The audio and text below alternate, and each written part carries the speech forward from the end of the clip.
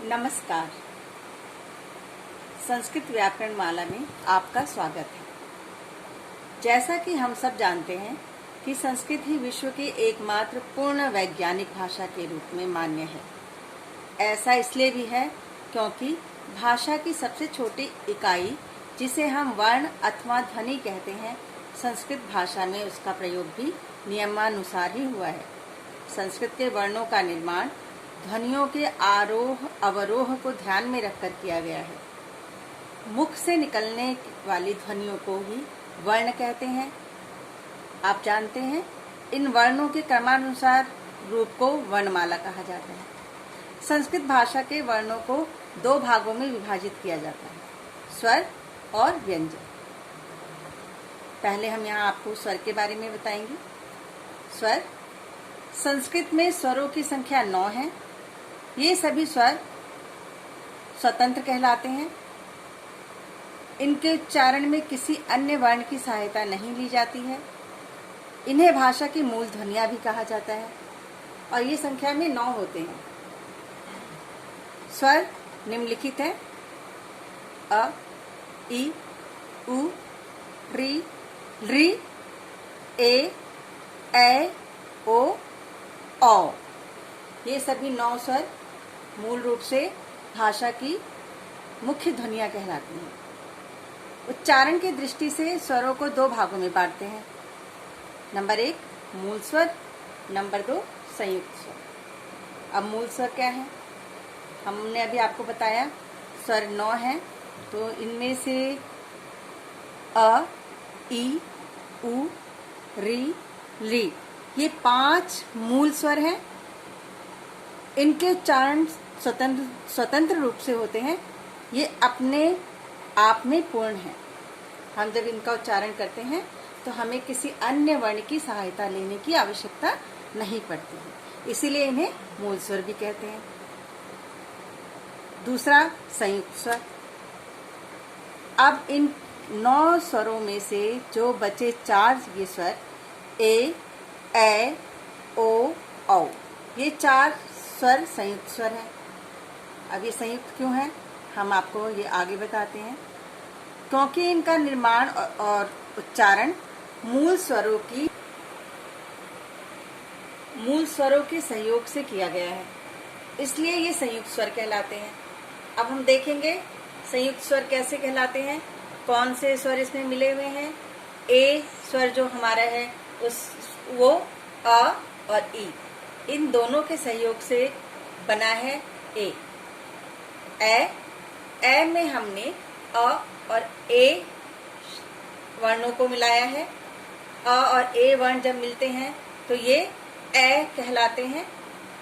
ओ, अ और उ वर्णों को जोड़कर जब हम उच्चारित करते हैं तो वो कौन सा स्वर कहलाया? ओ। और इसी प्रकार अ और ओ जोड़कर हमने औ बनाया। तो ये अ, इ, ए, अ, ए, ऐ, अ, उ, औ, अ, ओ, औ, ये 4 वर्ण जो हैं हमारे, ये संयुक्त वर्ण हैं। क्योंकि इनमें 2-2 वर्ण मिले हुए हैं, जुड़े हुए हैं, इसलिए ये क्या कहलाए? संयुक्त वर्ण। अब हम आते हैं व्यंजन पर।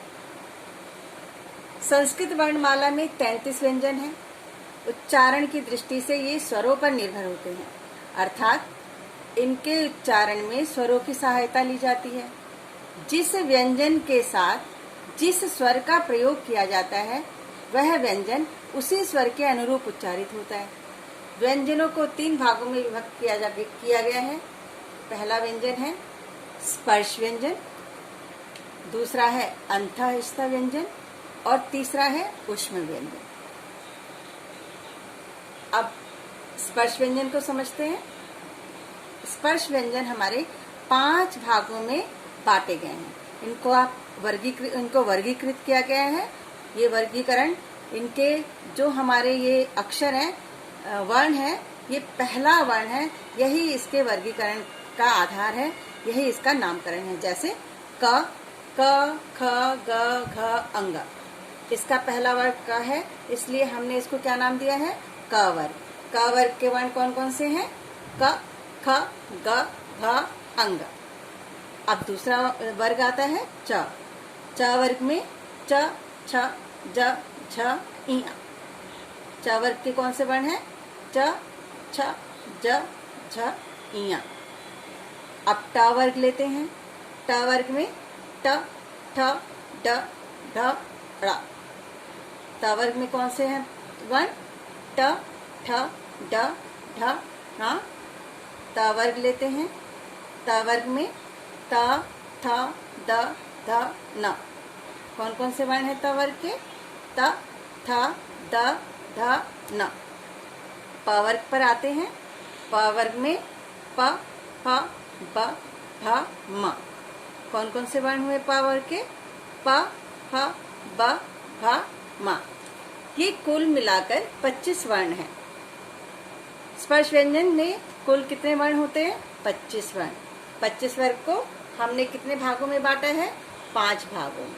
और इन 5 भागों को जो हमने नाम दिया है, हर एक पंक्ति का जो प्रथम वर्ण है वो इसका नामकरण है। क वर्ग, च वर्ग, ट वर्ग, त वर्ग, प वर्ग। भूलेंगे नहीं, इसको अभ्यास करेंगे। इन वर्णों के उच्चारण हेतु जिह्वा के मुख के जिस भाग को स्पर्श करती है वही इन वर्णों का उच्चारण स्थान भी कहलाता है। तो हमारे मुंह में जो हमारा जीभ है, वो जीभ जब हम बोलते हैं तो हमारे मुख के जिन जिन भागों को स्पर्श करती है, टच करती है, वहीं से ये वर्ण उच्चारित होते हैं। अब आते हैं अंतःस्थ वर्ण व्यंजन पर। ये 4 हैं, य, र, ल, व। ये 4 वर्ण अंतःस्थ व्यंजन है। नंबर 3 पर आते हैं ऊष्म व्यंजन। ऊष्म व्यंजन भी 4 हैं। ये 4 हैं श, श, स, ह। ये 4 ऊष्म व्यंजन हैं। जब हम इनको उच्चारण करते हैं तो आप उच्चारण करके देखिएगा, आपके मुंह से गर्म वायु बाहर निकलती है। इसीलिए उस वायु के आधार पर उच्चारण करते हुए जैसा हम अनुभव करते हैं बोलते हुए, उन्हीं के आधार पर इनका नामकरण हुआ है ऊष्म व्यंजन। इनके अलावा संस्कृत में संयुक्ताक्षर 3 हैं, श, त्र, ज्ञ। कितने संयुक्ताक्षर हैं? 3, श, त्र, ज्ञ। ये संयुक्ताक्षर क्यों है ये भी मैं आपको बताती हूँ। यहाँ पर क्ष है, इसमें 2 अक्षरों का मेल है, क और श। त्र, इसमें भी 2 वर्णों का मेल है, त और र। और ज्ञ, ये भी हमारे 2 वर्णों के मेल से बना है। इसमें कौन कौन से वर्ण मिले हैं? ज और ञ। ये 2 वर्ण मिलकर ज्ञ बना है। इसलिए इनको इन तीनों वर्णों को क्या कहते हैं? संयुक्ताक्षर। इसके अलावा 2 अयोगवा हैं, अं, तथा, तथा, अह। जब हम लिखते हैं, ऊपर जो हमने देखा, आपने देखा होगा बिंदी लिखते हैं अंगा की, वो आपका अयोगवा है, और अह। तो संस्कृत वर्णमाला में अभी हमने क्या पढ़ा? स्वर और व्यंजन।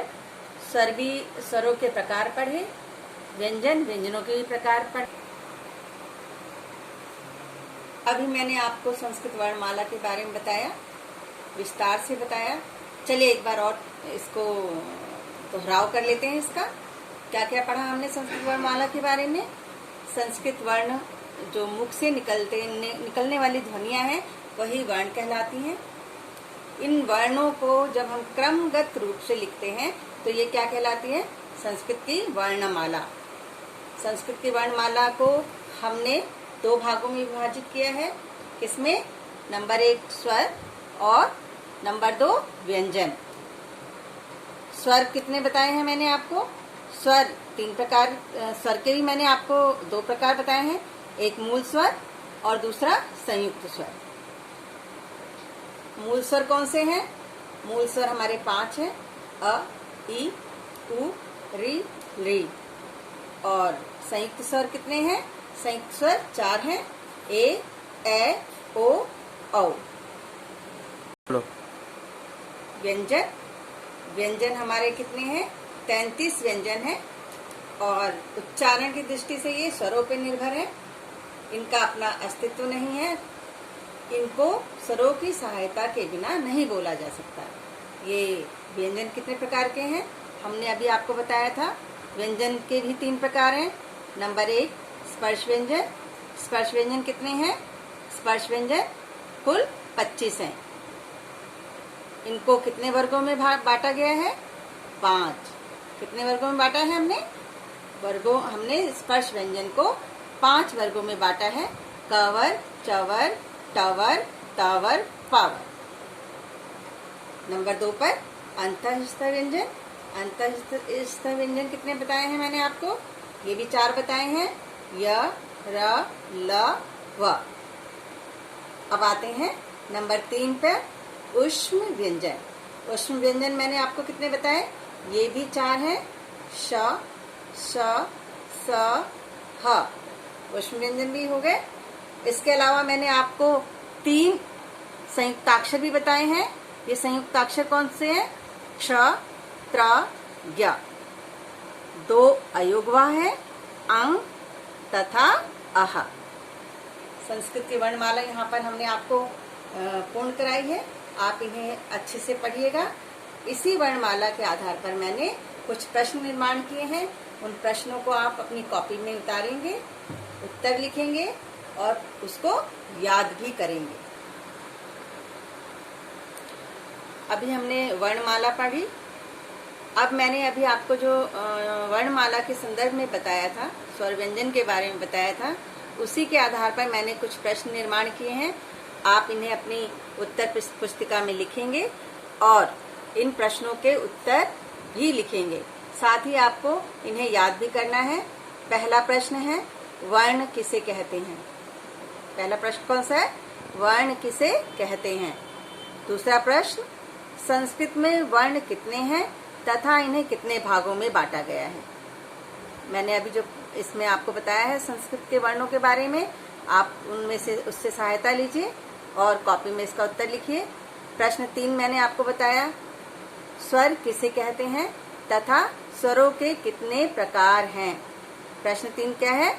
स्वर किसे कहते हैं तथा स्वरों के कितने प्रकार हैं। प्रश्न 4 है, व्यंजन किसे कहते हैं तथा इसके कितने भेद हैं। ये 4 प्रश्न बनाए हैं। इन चारों प्रश्नों को कॉपी में लिखिए, इनके उत्तर कॉपी में लिखिए और इन्हें भली भांति याद करिए। हम सबको मालूम है विश्व महामारी कोरोना से पूरा विश्व जूझ रहा है। मैं आपको कहना चाहती हूँ कि कृपया घर पर ही रहें। हमने ये जो कक्षाएं आपके लिए प्रारंभ की है, लिखित रूप से आपको ये जो ऑनलाइन क्लासेस दे रहे हैं, इसका एक ही अर्थ है कि आप घर पर रहें, पढ़ाई आपकी अनवरत चलती रहे, उसमें किसी भी प्रकार का कोई ब्रेक ना हो। घर पर रहकर अध्ययन करते रहें और प्रार्थना करें कि हमारा विश्व जिस महामारी से जूझ रहा है, जल्दी ही इससे मुक्ति पा लें, जल्दी ही इसका समाप्त हो जाए ये बीमारी। आइए प्रार्थना करते हैं ईश्वर से कि हमें वह इस महामारी से मुक्त करे और हम अति शीघ्र विद्यालय में एक दूसरे के साथ अध्ययन अध्यापन प्रारंभ करें। नमस्कार।